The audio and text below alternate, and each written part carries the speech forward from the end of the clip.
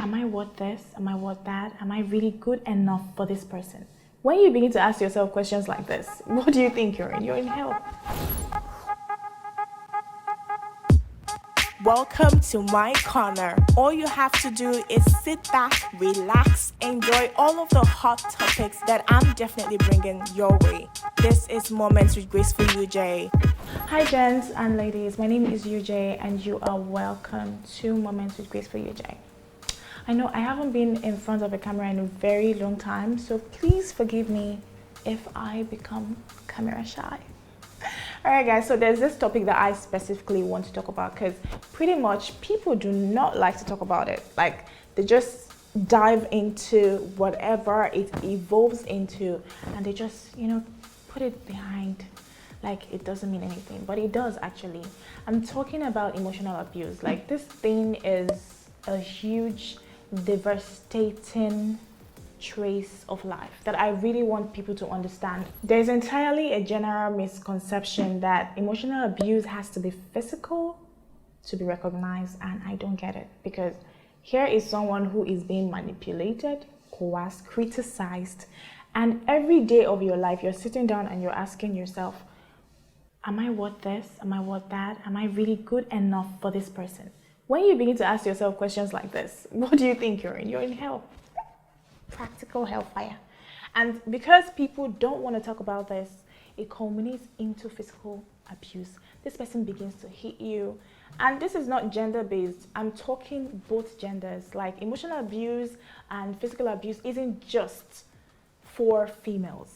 Guys are going through this as well. They are in relationships where they really do not even understand their state of mind, because this manipulative person will make you feel like whatever it is that is in your brains, whatever you're doing, you're not sure about it. You begin to doubt your very existence. And in my mind, I'm like, when I feel like this as a person, why do I still want to be with this person?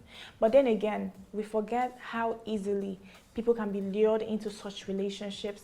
And in your head, you're like, okay, I really want to get better for this person. I really want to be the best version of myself for this person. And every day of your life, you're listening to what they have to say. You're trying so hard to change who you are to actually fit into the person that they have created in their imagination that you should be. And it's not easy to get out of something like that, especially when you begin to actually doubt the true essence of who you are. These people are dealing with like big time anxiety. They're dealing with doubting their self-worth. They're dealing with depression.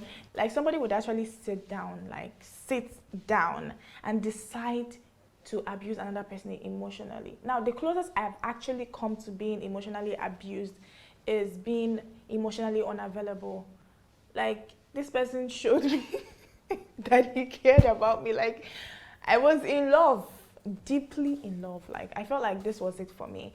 And here I was counting my eggs and saying, you know what, this is it. I'm taking out this egg.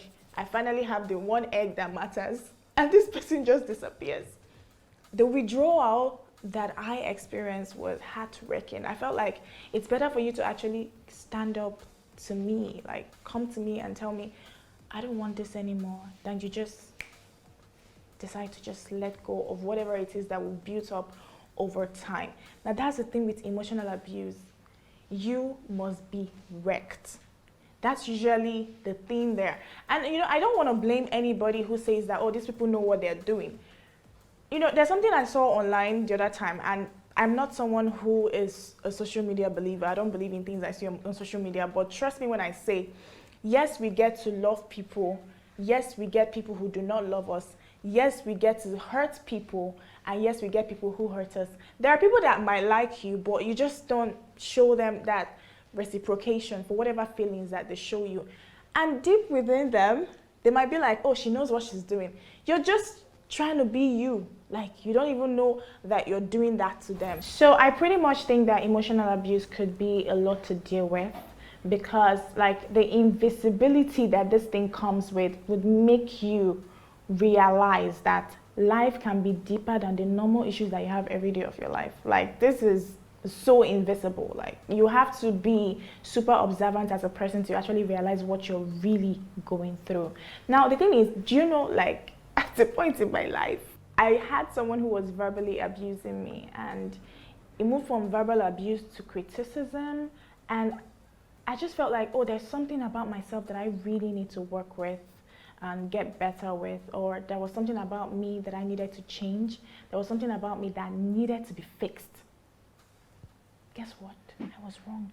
I was, not like I was perfect, actually. It's just, I was fine as a person.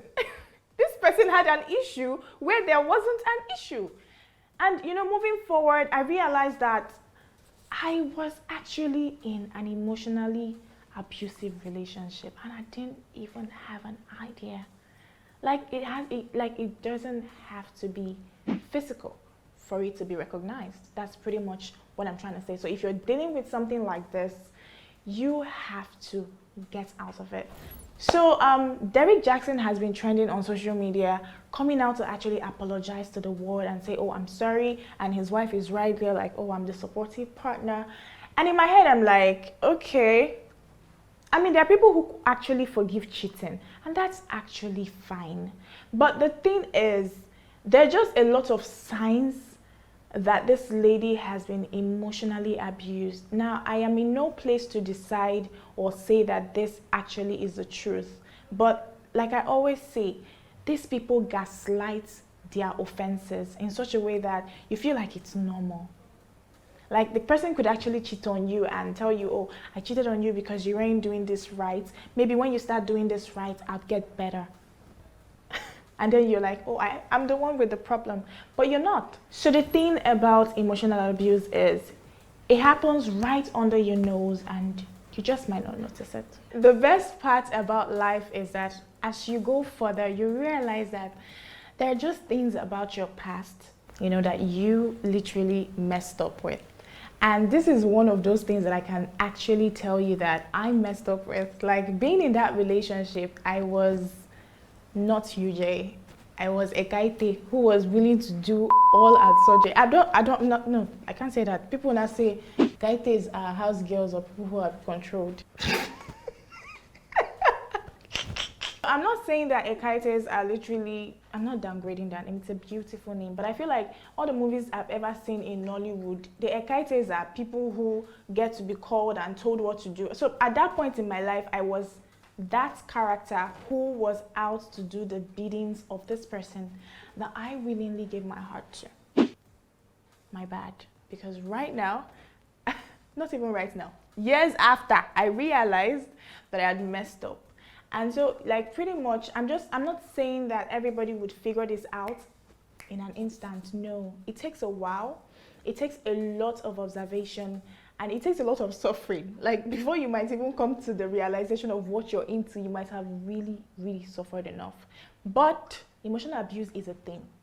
No matter how much people try to, you know, throw it behind the background, it's a thing. Something that we need to talk about, something that people need to stop dealing with, something that we need to stop normalizing, because, you know, people just feel like, okay, you know what, the most important one is physical abuse. That's the one that people get wounds and cuts. We're talking about hidden wounds, invisible wounds that you just know that deep within your heart you're broken. You know you're broken. Yeah, you don't see the physical scars, but right inside of you, you know that they are there. That's what emotional abuse does to anybody who experiences it. Just before I let you guys go, I'm just gonna say this. It's not easy to figure it out. Like, I'll always keep saying that. I'll always keep saying that because it wasn't easy for me either. But please, do not ignore the red flags. Watch how this person talks to you. Watch how they act when they're angry. Watch what happens when you do something wrong. And you need to watch how they talk down on people around you. Watch how they intimidate you about things that you guys can actually normally talk about.